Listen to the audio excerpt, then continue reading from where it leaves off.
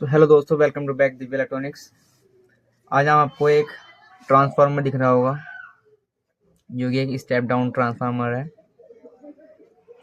तो चलिए मैं आपको समझाता हूँ।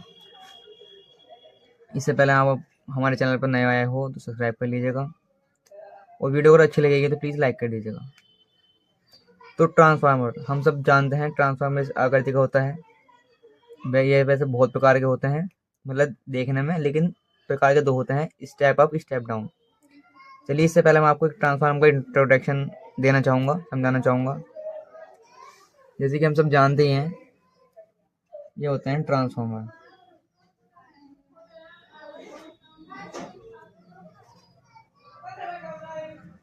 ट्रांसफार्मर ठीक है दोस्तों, ट्रांसफार्मर ये होता है।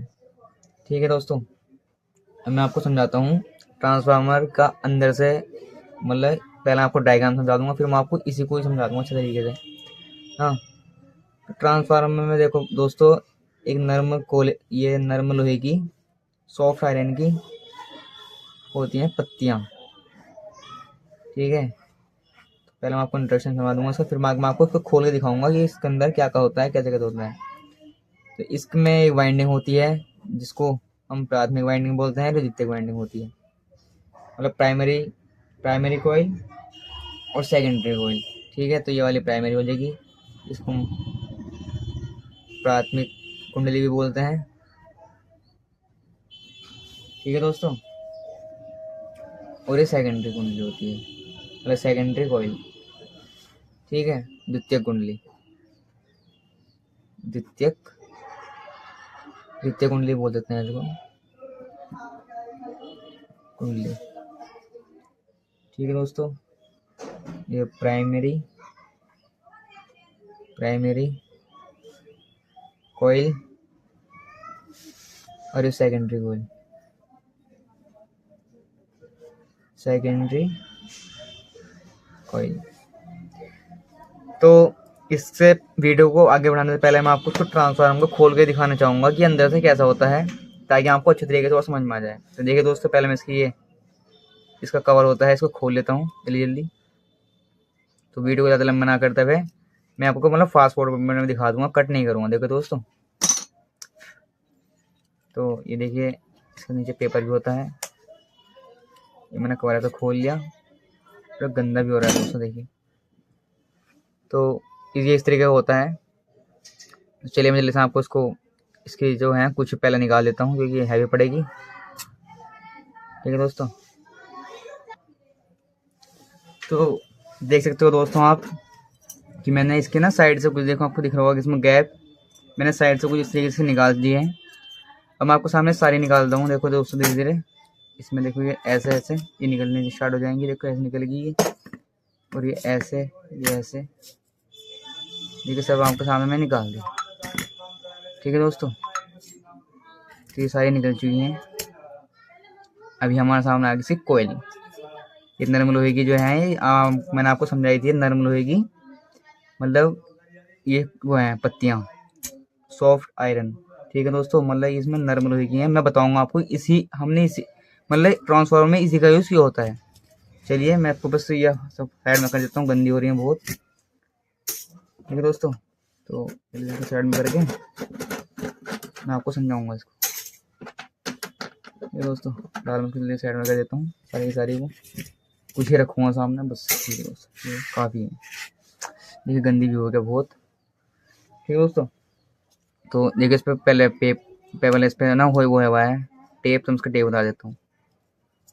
ये मैं आपको इसलिए दिखा रहा हूँ ताकि आपको जो मैं आपको बताऊंगा आपको अच्छे तरीके से समझ में आ जाए। ये देखिए दोस्तों, उसको निकाल लेते हैं सारी को, फिर आपको मैं इसको सही से समझा दूंगा। देख सकते हो आप दोस्तों, ये मैंने निकाल दी है। ये ट्रांसफार्मर का जो है ना, ये मैं आपको इंट्रोडक्शन बता रहा हूँ कि ट्रांसफार्मर कैसे काम करता है, इसके अंदर क्या क्या होता है। बाकी स्टेप डाउन, इसका स्टेप डाउन और स्टेप अप ट्रांसफार्मर है, उसके अलग से वीडियो आएगी एक, चैनल को सब्सक्राइब कर लीजिएगा, आपको इस तरीके से समझ में आ जाएगा। देखिए दोस्तों, मैं खोल रहा हूँ इसको सही से ना, आपको दिख रहा होगा। इसको खोल रहा हूँ। क्या है ये, इसको ना काटना ही पड़ेगा, तो इसको काट देता हूँ पहले सही से प्लास्टिक को। दोस्तों मैं आपके लिए इतनी मेहनत कर रहा हूँ, तो आपको दोस्तों वीडियो को ना लाइक कर देना चाहिए और चैनल पर नए हो तो सब्सक्राइब कर लीजिएगा। ऐसे ही मैं आपको ना बिल्कुल प्रैक्टिकली, मैं किताबी लैंग्वेज नहीं बताता हूँ बिल्कुल भी, मैं प्रैक्टिकली ही समझाता हूँ, ताकि मेरे व्यूवर्स, मेरे भाइयों दोस्तों को सब कुछ सही से समझ में आ जाए। तो मैं इसको काट लेता हूँ। ये देख सकते हो दोस्तों, मैंने इसको ना अच्छे तरीके से निकाल दिया है। देखिए इसका प्लास्टिक का कवर अलग हो गया और ये इसका अलग हो गया। अब आप देख रहे होंगे दोस्तों, इसमें ना 2 कॉइल्स मिली है मुझे, एक इसके अंदर थी और एक इसके बाहर टाइप में। देखिए दोस्तों मैं कोशिश करूँगा जैसे थी वैसे ही निकाल दूँ, क्योंकि ऐसे तो दिक्कत हो जाएगी। ये देखिए दोस्तों, इसमें ना ये इसकी दूसरी कॉइल आ गई हमारे सामने। देखिए दोस्तों, भाई आप सोच रहे होंगे कि ये जो कोयल का तार है ये पतला है, ये मोटा है। अभी बताऊंगा, उसको सब कुछ बताऊंगा मैं आपको आराम से। देखिए ट्रांसफार्मर था, मैं इसका ये मेरा कवर, ये कवर था, ये कोयल, ये इसका, इसकी नरम लोहे की वे थी वे प्लेट्स, इसको हम सॉफ्ट आयरन बोलते हैं। ठीक है दोस्तों, सॉफ्ट आयरन की कोर होती हैं, कोर। ठीक है, तो देखिए दोस्तों मैंने सब कुछ साफ कर दिया है। जो मैंने आपको एक ट्रांसफार्मर दिखाया था अभी खोल गए, ये स्टेप डाउन ट्रांसफार्मर है। ठीक है दोस्तों, इसमें कि 2 कोयल्स हैं, देख पा रहे होंगे, पे निकाली मैंने आपको दिखाई थी। तो दोस्तों आइए मैं पहले आपको एक डायग्राम बना के दिखा देता हूँ, जिससे आपको अच्छे तरीके से सबको समझ में आ जाएगा। तो इसमें एक 2 कोयल होती हैं, आपको दिखाया था मैंने। इसमें जो पहली कोयल थी, स्टेप डाउन ट्रांसफार्मर की बात कर रहा हूँ मैं, और आपको 2 वीडियो लेके आऊँगा, स्टेप डाउन और स्टेप अप ट्रांसफार्मर के ऊपर। चैनल को सब्सक्राइब कर लीजिएगा। तो इसमें जो पहली कोयल होती है, इसमें पहली कोयल में दोस्तों पतले तार के ज़्यादा टर्न होते हैं। ठीक है, जिससे हमें यहाँ पे इन करना होता है, इनपुट, जो कि एसी करंट ही होता है। ठीक है दोस्तों, और यहाँ पे मोटे तार की कम कुंडली, मतलब कम कोयल, कम ग्राउंड होते हैं उसमें, तो ये आउटपुट होती है इसकी। ठीक है, तो ये प्रथम कुंडली होती है इसकी, कुंडली, और द्वितीय कुंडली।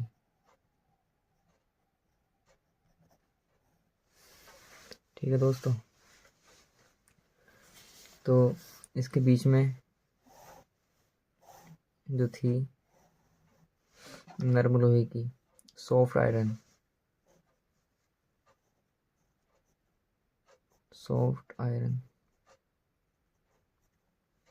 सॉफ्ट आयरन की पत्ती होती है दोस्तों। ठीक है दोस्तों, जिसको हम सॉफ्ट आयरन की कोर भी बोल देते हैं। ठीक है, यहाँ तक आपको अच्छे तरीके से समझ में आ गया होगा। ठीक है दोस्तों, अब ये हमारा पॉइंट जो आता है, इसमें ये वाली पत्ती है, मतलब इसमें नरम लोहे की पत्तियाँ ही यूज़ होती हैं। ये वाली पत्ती देख रहे हो आप, इसके बीच में यूज़ होती है। क्यों यूज़ होती है, इसका क्या मुख्य उद्देश्य है, और ये नरम लोहे की क्यों होती हैं, हार्ड लोहे की क्यों नहीं होती हैं। चलिए मैं आपको समझाता हूँ। देखिए दोस्तों, अगर सॉलिड लोहा होगा, मतलब हार्ड लोहा होगा, तो दोस्तों उसकी जो हीट है ना, हीट मतलब तापमान, तापमान अधिक होगा। इसका पहला पॉइंट जो बनता है यही है। ठीक है दोस्तों, सेकंड पॉइंट जो बनता है इसका, उसका रेजिस्टेंस।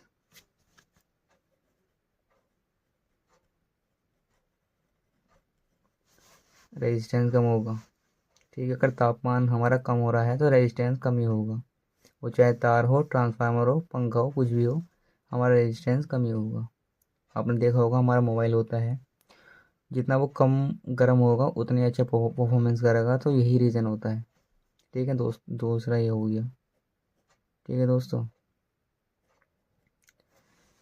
तीसरा ये हो गया कि नरम लोहे की पत्तियाँ, सॉफ्ट आयरन की पत्तियाँ जो होती हैं, कोर जो होती हैं, उनमें जो दोस्तों मैग्नेटिक फ्लक्स, इसमें मैग्नेटिक फील्ड अच्छे तरीके से कार्य करता है, जो कि अगर ठोस लोहा होगा तो उस हद तक कार्य नहीं कर पाएगा। तो ये आपको क्लियर हो गया। ठीक है दोस्तों, अब मैं आपको ना इसके कुछ पॉइंट समझाना चाहूँगा। ठीक है, जिससे आपको अच्छे तरीके से समझ में आ जाए और आपको बिल्कुल सब कुछ आपको क्लियर हो जाए। तो चलिए चलते हैं अपने पॉइंट्स की तरफ। ठीक है दोस्तों, तो देखिए दोस्तों, मैंने ना कुछ पॉइंट्स लिखे हैं ट्रांसफार्मर के, ताकि आपको अच्छे तरीके से और समझ में आ जाए। आइए जानते हैं ये किस इसके पॉइंट को मैं आपको और एक्सप्लेन कर देता हूँ अच्छे तरीके से। ट्रांसफार्मर क्या होता है, इसके उपयोग।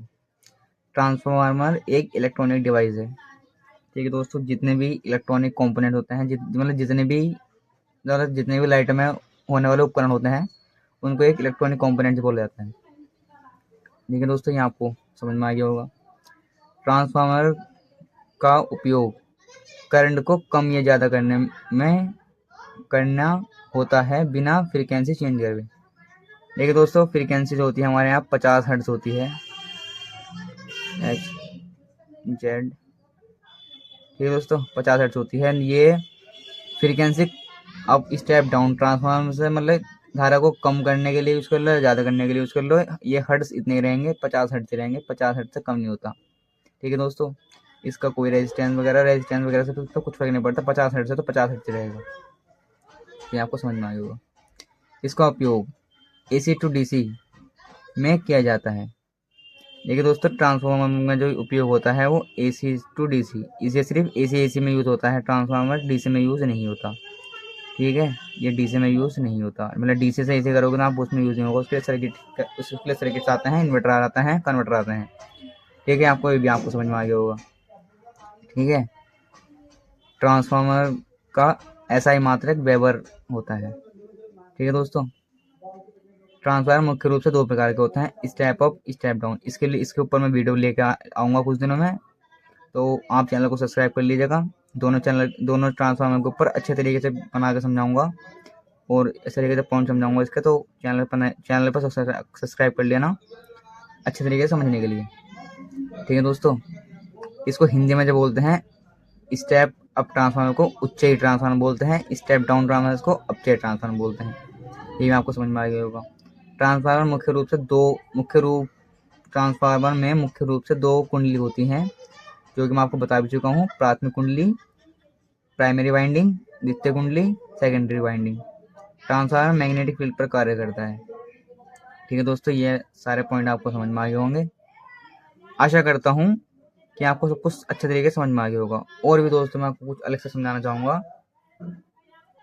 ट्रांसफार्मर आजकल जो बिजली, जहाँ पे हमारे पोल्स होते हैं, जहाँ पे हाई वोल्टेज के वाले ट्रांसफार्मर होते हैं, जिसमें 11,000 से 220 निकाला जाता है घरों के लिए। तो उसमें आप बोलोगे कि उसमें भी कोयल होती है, लेकिन उसमें तेल होता है।